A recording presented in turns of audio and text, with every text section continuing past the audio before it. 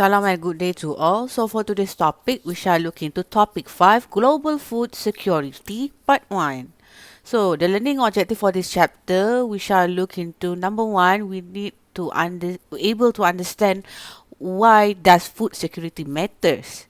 Number 2, we able to understand the aspects of food security. So there are 3 food security aspects, and followed by we shall identify the causes of the food insecurity. Why does it happen? And followed by the perspective of the food security from WHO and also FAO. And last but not least, we shall look into how to examine the areas of the intervention on the food security issues. So the global food security challenge is straightforward. By 2050, the world must feed 9 billion people. So 9 billion is a huge amount. So the demand for food will be 60% greater than it is today.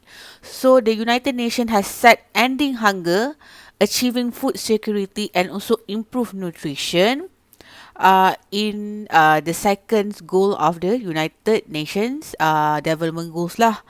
So to achieve this objective, so there are a few issues ataupun kita kata there are a few important issues that must be addressed. So number 1, the gender parity ataupun kita kata dengan gender equality. So you all dah understand dah what is gender equality. Back in previous chapter, I dah ada mention about what is gender equality. Number 2, the issue that need to be addressed is the aging demographic ataupun kita kata aging population. Number 3 is the skill development. And last but not least, number 4 is the main issue lah, global warming. Okay. So in Malaysia, we have 3.5 million of people ataupun kita kata population. Therefore, in Malaysia, we only have 7% out of 3.5 million tadi is the aging population. So tak banyak macam Europe, tak banyak macam UK, tak banyak macam US and also Australia. So untuk negara-negara ini mereka mempunyai aging population yang sangat, orang kata apa, lebih tinggi lah. Actually lagi double dari kita punya aging population. So siapa aging population ni? So according to United Nations, aging population ni adalah satu populasi dalam sesebuah kawasan di mana populasi itu terdiri daripada individu-individu yang telah mencapai umur lebih daripada 65 tahun. So siapa, orang kata apa, 65 tahun tu kira dah veteran lah kan, dah berumur, dah considered as the aging population. Okay, so agriculture sectors have to become more productive by adopting efficient business model and also forging ataupun establish ataupun kita kata create a strong ataupun create a, orang kata apa, enduring public-private partnership. Kan? So they need to become sustainable by addressing the greenhouse gas emission, the water usage and the waste management. So the risk, because you know apa yang kita buat akan ada kesan sampingan kan. So di antara kesan-kesan sampingan, sekiranya sektor-sektor agriculture ni orang kata apa, mengambil enteng tentang food security ni, so maka akan berlakunya isu seperti malnutrition, apa kata hunger and also konflik lah. Contohnya macam berlaku dekat Sungai Kim Kim kan, buang toxic waste dekat dalam longkang, so boleh efek kepada persekitaran. Bukan sahaja sekolah yang berdekatan dengan Sungai Kim Kim, tapi air apa, hidupan dalam sungai tu pun, fauna di sekeliling sungai tu pun terjejas. Okay, so kita nak sentuh tentang agriculture sectors. So basically apa itu agriculture sectors tu? Dia terdiri daripada siapa?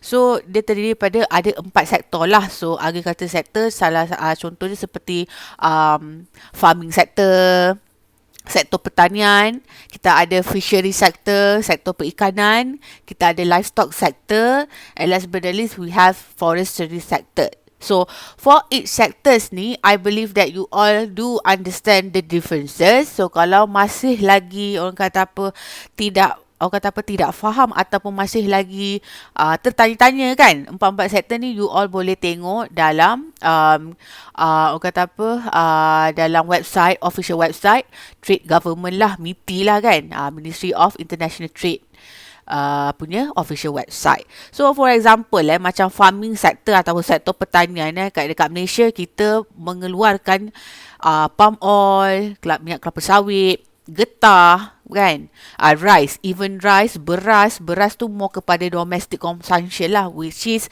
kita memang mengeluarkan beras, dan beras tu kita memang orang kata apa commercialize kan dekat dalam Malaysia sahaja tempatan lah. And then we have tropical fruits, and then we have forestry lah. So basically forestry ni tujuan dia untuk export. Dia untuk international consumption, export consumption, rather than by been using for the domestic consumption. So we have fisheries kan, we have livestock kan, even livestock pun macam contohnya ni lah binatang-binatang ternakan seperti ayam, kambing, lembu, itu pun digunakan untuk domestic consumption lah, kegunaan domestik. Maksudnya internal lah kat dalam kan. So kalau you tengok kan empat sektor ni, ataupun kita kata agriculture sector ni lah, 10% of labour force in this industry, in this sector is orang kata apa, is provided for the Malaysian. Maksudnya 10% labour force dalam sektor-sektor ini adalah rakyat Malaysia. Sebab itulah kita katakan tadi, antara objektif kita nak mempertahankan kita punya food security adalah dengan address the issue. So one of the 4 issues tadi adalah gender equality. So kadang-kadang berlakunya orang kata apa, gender bias kan dalam sektor agriculture ni. Ada. And then in terms of aging population kan, anak-anak muda sekarang kurang exposure tentang agriculture, biotech for example. So ini adalah salah satu ataupun kita kata antara isu-isu yang perlu diketengahkan in order for us to enhance our food security. And also in terms of policy pun kita ada a few. Contohnya in terms of policy kita ada Malaysian Food Act 1983, and also kita ada Food Regulations of 1985 kan. So basically this policy, this act is govern food import and also export regulations ataupun export procedure. Kalau you dengar pun this akta pun dah sangat lama, betul tak? Dah sangat lapuk dah. Kan 1983, 1985. So this is actually, this is the loophole lah. Kan, di mana kita sepatutnya perlukan orang kata apa new revise ataupun perlu ada act yang barulah supaya seiring dengan globalization sekarang. Kan, so ada agency, government agency like food safety, Ministry of Health, Food Safety and Quality Division, and then we have Halal cert kan, Halal, JAKIM. So ini adalah antara usaha-usaha kan, usaha-usaha kerajaan dalam orang kata apa, dalam strengthen our food security policy. Kan, contohnya macam halal certificate kan. Kita tahu food product, especially beef, poultry, they required halal certificate kan. This orang kata apa, this livestock punya industry required halal certificate to enter Malaysia. So this this requirement is actually the largest barrier lah kan. The largest barrier in order for us to expand the trade with other country. So basically contohnya macam JAKIM sahaja the only authorized parties ataupun kita kata authorized entity that allowed to issue the halal cert. So even dekat United States pun JAKIM has appointed 3 Islamic institution to inspect the halal certified food. Can you imagine? So sebenarnya banyaklah peranan kan, banyak peranan JAKIM ni sebenarnya. Dekat luar negara pun ada. Contohnya macam dekat Amerika kita ada nama dia Islamic Food and Nutrition Council of America, IFANCA, and then dekat Amerika juga kita ada Islamic Service of America, ISA, bukan ISA yang teroris tu and then kita ada American Halal Foundation. So basically even JAKIM pun dah melantik tiga institusi Islam lah dekat Amerika untuk inspect kan, untuk inspect dan diberi kuasa lah untuk bagi that halal certified produk for export to Malaysia. Maksudnya produk-produk dekat US sebelum nak ekspor ke Malaysia, so dia adalah 3 badan ni kan. 3 badan yang telah dilantik oleh JAKIM untuk berikan sijil halal tersebut. And then dari segi livestock itu daging kan, yang benda-benda berdarah kan. Yang ni yang bahagian susu pula, even dairy produk tenusu, dairy facility registration. Dekat Malaysia kita pun ada sebenarnya dairy facility registration. So Malaysia dah implement this measure that which is required the foreign producer lah kan. Tengok susu contohnya macam kat Starbucks, contoh macam dekat Kenny Hills Baker, dia tak pakai susu yang buatan local made, betul tak? Dia pakai yang daripada New Zealand lah, Australia lah, betul tak?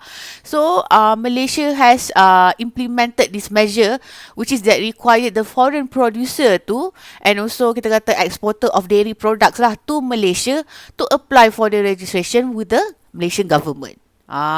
So again, kena tengok the trade contract macam mana. So you all as a policy maker pun one day mungkin you boleh bekerja kan dengan MITI. So mungkin you akan diletakkan di department yang menguruskan orang kata trade accounts, trade export, trade import ni semua kan. So you boleh tahu the flow tau.